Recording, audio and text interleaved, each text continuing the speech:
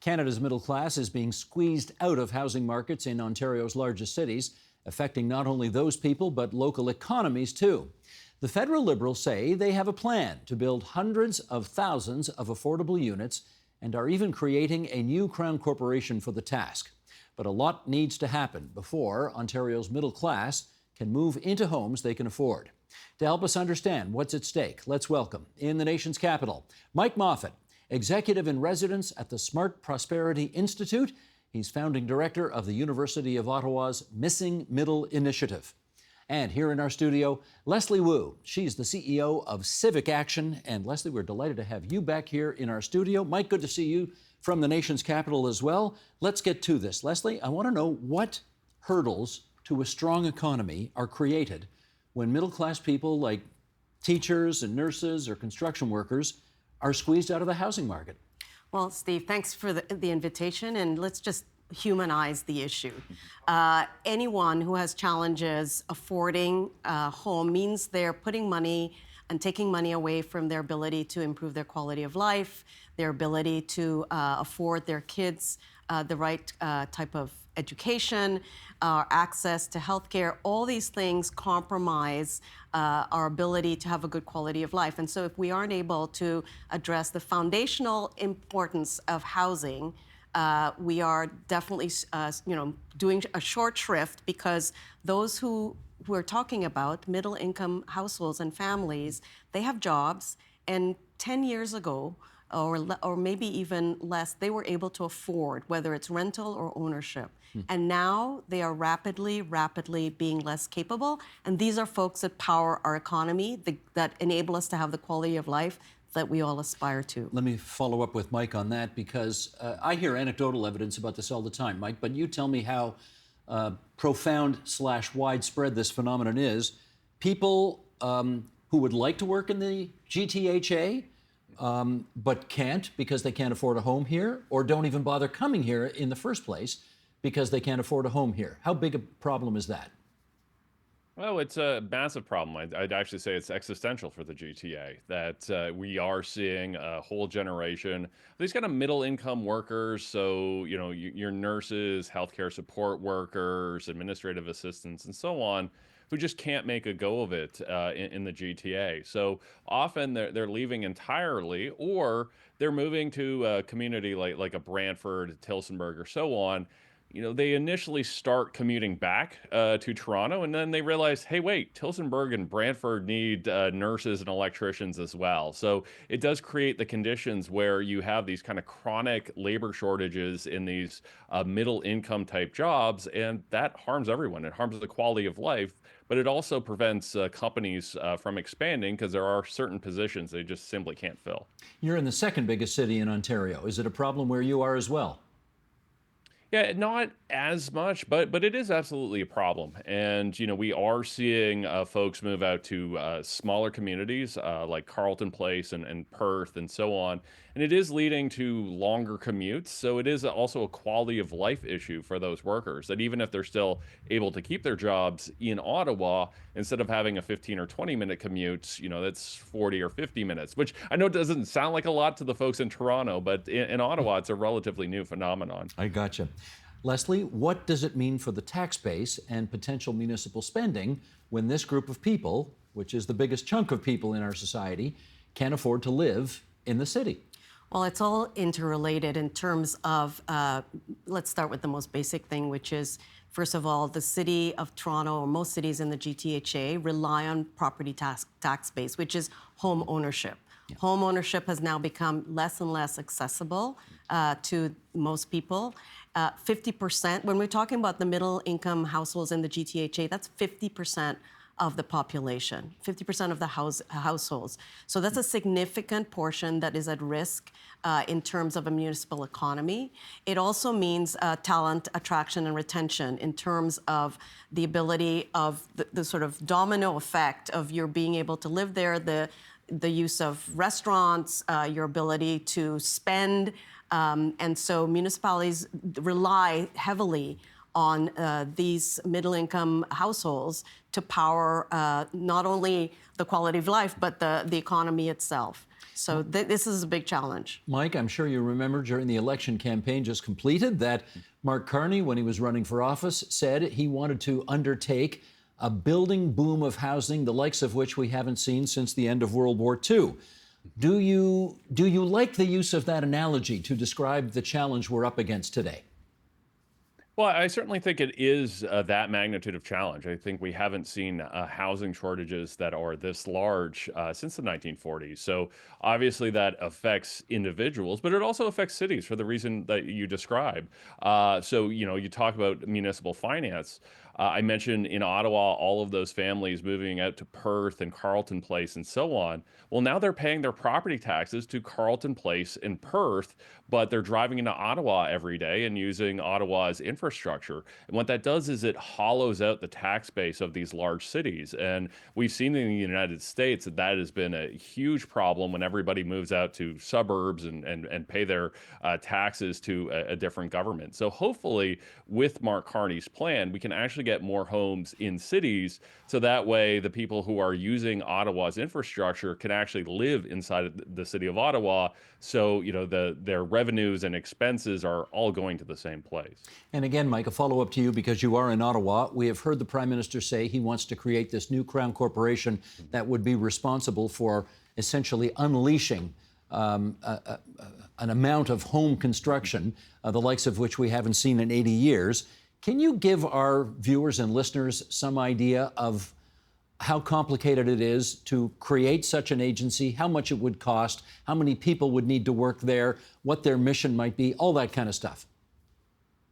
Yeah, so overall, we didn't get a lot of details in the platform, but they were talking about a number of initiatives, like a $25 billion fund to accelerate some of this housing. Now, a lot of that can be a little bit misleading because a lot of that is loans rather than grants.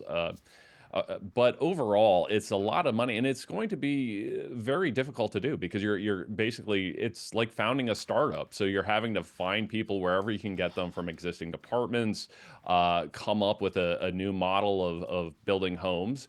And the federal government here is going to be acting as developer. So not only are they having to figure out all the sort of internal bureaucracy, but the private sector is going to be the one who actually builds the homes. So this, at the end of the day, is a procurement issue.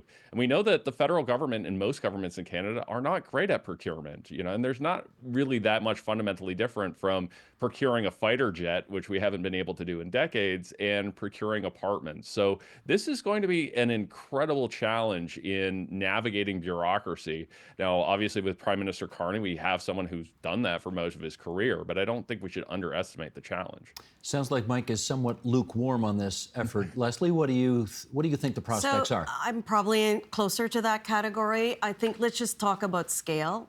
Right here in the GTHA, it's 1.2 million housing units we have to build. It's the equivalent, I think, in the GTHA of 600 billion that we have to spend over 5 years. That's think about this in comparison. The rapid transit expansion that Metrolinx has undertaken is a $6 billion a year, $60 billion effort. And so when the Canada Builds Home is, I think, the financing equivalent of $36 billion, it's a drop in the bucket. So they cannot do it alone. So over and above the challenges, and I've been involved in the setup of large organizations in terms of getting projects and infrastructure done. Not only are they the challenges that Mike is talking about, the money is probably not enough. Mm-hmm. And it's going to take provincial collaboration, municipal collaboration, because even if you had all that money, the capacity to deliver requires not just the capability of construction companies, it requires the ability for municipalities to clear the path, province to do its part, and all that is not easily done. The only example I can think of off the bat is Waterfront Toronto, a tripartite arrangement, and that was like 2,000 acres of land over, it was started in 2021 when a prime minister, a premier, and a mayor stood together, right, and had the community together. And even within that, it's been 20 years in the making. So this is not easy chops. These are not easy chops, right? That's the quote of the day. These are not easy chops. Okay, Mike, you quite rightly point out that the government actually doesn't build homes. They have to incentivize the private sector to build the homes, private development companies. How would you say what's the best thing government could do today or going forward in order to incentivize builders to build? Because as everybody, I think, around this literal and metaphorical table knows, there's no building going on right now. There's no new home construction going on right now. It's pretty terrible out there. So what do you say?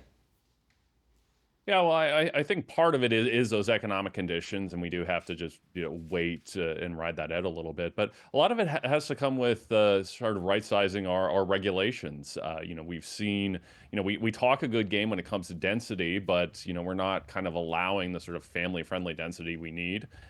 We need changes to building codes. A lot of the great, small apartments that we love when we go over to Europe aren't legal here. We need to change that. I think one of the biggest things that we need to change is development charges and taxes, which can take up about a third of the cost of constructing a home in the GTA. That's far too high. They've gone up 1,000 to 2,000% over the last 20 years.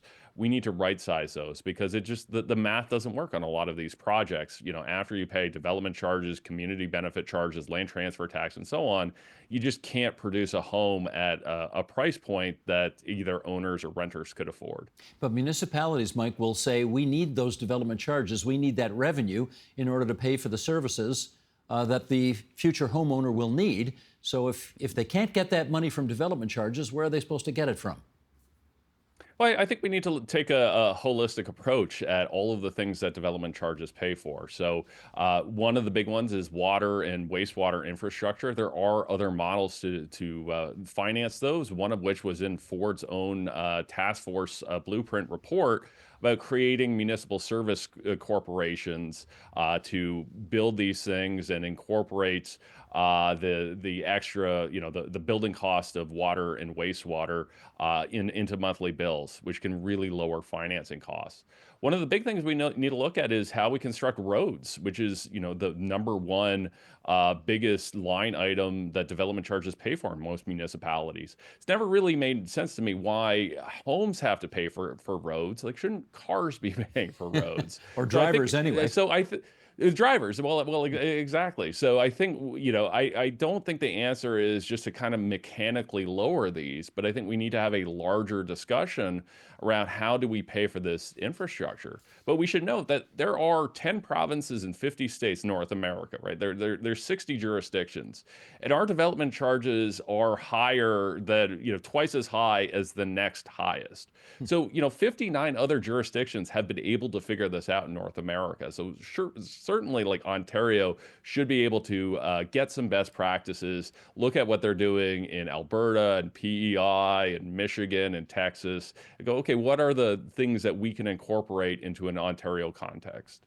Leslie, in your view, the building codes, these other kind of jurisdictional regulation issues, how big are they a factor in this problem? So they're significant, and I think part of the challenge is let's use the Greater Toronto Hamilton area. There's over 30 municipalities. Each one has a different view. It's unequal. It creates unpredictability within the system, which costs money. So I think there is a role for the provincial government in order to sort of think about the housing challenge as a regional issue to bring all the municipalities together. I also think that the federal government needs to understand that while all the levers that it needs to enable itself and its money to hit ground, it can't happen without the municipalities and the provinces right side by each. And in fact, those are all the barriers that any developer, private or not-for-profit, encounters. It's like high friction in the system that we need to get rid of. Mike, I keep hearing that quote-unquote modular homes are part of the solution here. I suspect that's a term that a lot of people still do not know what that means. So could you start by telling us what's a modular home and what does the sort of modular home supply chain and potential look like right now? Yeah, so we have a number of these producers. There's one in Ottawa. There's a big one in St. Thomas, close to my hometown. And these homes can look a lot like traditional homes. But what happens is instead of the assembly happening on site, all or part of the assembly happens in a factory and then is trucked down. There's certain advantages to this. You can have if robots are doing a lot of the jobs, they can work 24/7, 7 days a week instead of building on site. But these are not, people think that these are necessarily just trailer homes, which they could be, but a lot of times they are, 2 and 3 story homes with a foundation. They're just built in a different way. But some of the challenges just goes to what we speak earlier, that different municipalities have different regulations for a variety of things, and it makes achieving economies of scale here difficult. It would be like in the automotive industry if Mississauga had a rule that the gas tank door had to be on the passenger side, and Brampton said it had to be on the driver's side, and Caledon said it had to be behind the bumper. We would never be able to assembly line cars. We'd be making them one at a time. But that's essentially the challenge with housing and these modular approaches, is that regulations are so different, even between municipalities. It's really hard for these companies to achieve scale. Are these homes cheaper than a built-on-location home? Currently, no. But the hope is that if these companies can achieve scale, they will become cheaper. Just like we've seen with solar power and wind power and so on, that there's learning by doing. There's R&D that goes on, and you can bend the cost curve as you produce more of these. We haven't hit that inflection point, at least in North America, when it comes to factory-built approaches, that they tend to still be as expensive, or in some cases more expensive, than traditional methods. But if we start producing enough of them, we certainly believe that we can achieve cost savings that are 20, 30, or 40% more. Leslie, if you want to achieve a goal, it's usually a good idea to set a target, and Mark Carney has set a target. He wants to build 500,000 homes a year in this country. That's a big number. Is it doable? I hope it is, but I think there's so many conditions that have to be put in place. We just talked about off-site fabrication as one, the bylaws, the building code, the financing, the capital stack that requires not only public money but private equity and philanthropic efforts. There's a lot that has to be lined up. But just to put it all into perspective, here in the GTHA, if I use the number that CMHC has produced around the number of houses we need in the next by 2030, it's somewhere in the order of 240,000. In 2022, here in the GTHA, do you know how many we produced, Steve? 47,000. So we have to before we even get to Mark Carney's 500,000 across Canada, this region, which is one of the most populous, those numbers and our capacity to do it on the ground, whether it's private, public, or not-for-profit, is a big challenge. So it's critical that we pay attention to this, but it's critical that we actually work together. We, the royal we, work together on this, because no one government, no one private developer, no one not-for-profit can do it. Mike, your view on the 500,000 number? Yeah, I don't see us getting there anytime soon, unfortunately. We've never done more than 300,000 in any one year. So to go from 250,000, which is roughly the level we're at, and double that, I don't think is going to happen anytime soon. The upside is I actually don't think it's necessary. That some of the CMHC numbers they were produced before we made changes to immigration targets and international student numbers. So I don't think we're going to hit 500,000, but I don't think we necessarily need to put a dent in the housing crisis. But even 350,000, which I think we would need, is going to be a significant challenge. So I do worry that the Prime Minister has set himself up to fail a little bit, where we could make some massive transformative changes, get to 340, 360,000, which would be a massive win. But Canadians might look at that and go, well, you promised 500,000. Clearly this program's a failure. Okay, in our last couple of minutes here, I should say, in the interest of full disclosure, my brother's a home builder in the Southern Ontario area, And I don't normally, I mean, the Leafs are in the playoffs. When we get together, we talk about the Leafs. We don't normally talk about his business. Shocking. But and it's not shocking. As it happens, we actually, for a few minutes, talked about housing policy the other day, because I knew I was about to do this discussion and was interested. And he did say to me, there's just nothing happening right now. Correct. Things are just tight as a drum. There is nothing going on. Leslie, how is it possible that we know that people want homes? We know that interest rates are not sky high. We know there is availability of labor. Why are homes not being built? Why are people not buying homes these days? I call it random acts of kindness, Steve. We have lots of activity, people meaning well, but it's all fragmented and disconnected. And so that is one of we don't talk about that. We talk about, we've got 50 units here, or we're going to do this little piece there. But we need to recognize that it is the scale of what we need to do requires a whole complete system approach. And so I think when I think about what it is that's going to get us where we need to get to, it's a lot of the work that we're doing in enabling different points of view to sit around a table, enough with the finger pointing about who's doing it right or not doing it right.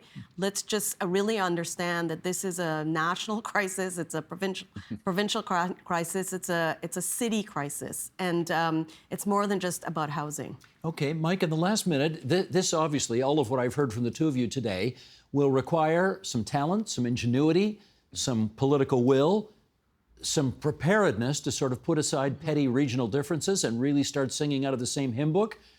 Mike, are we capable of that? This is going to be a wartime-like challenge. I think the Prime Minister used the right term here, that we are trying to operate in the center of a Venn diagram where we're looking at, all three orders of government having to work well together, which is something we don't do we're having governments have to procure more in the terms of social housing, and that's not something we do particularly well. And finally, we also want to make sure that these homes are compatible with our climate ambitions, both in the adaptation side, but also, making sure that, we hit our emissions target. And we haven't really been great at climate policy either. So when we take, housing and climate and procurement and governments working together, 3 or 4 things we don't do particularly well, and say, okay, we're going to operate at the center of this Venn diagram. This is going to be a massive, massive challenge. Gosh, you two, I was really hoping after 22 minutes on this, I would feel better about our prospects going forward, but I sure don't. Well, maybe this is a wake-up call, along with many other bells that are getting rung these days on this issue, and maybe they will listen. Mike Moffatt, Smart Prosperity Institute, Leslie Wu, CivicAction. It's really good of both of you to join us on TVO tonight. Many thanks. Thanks. Thanks for having us.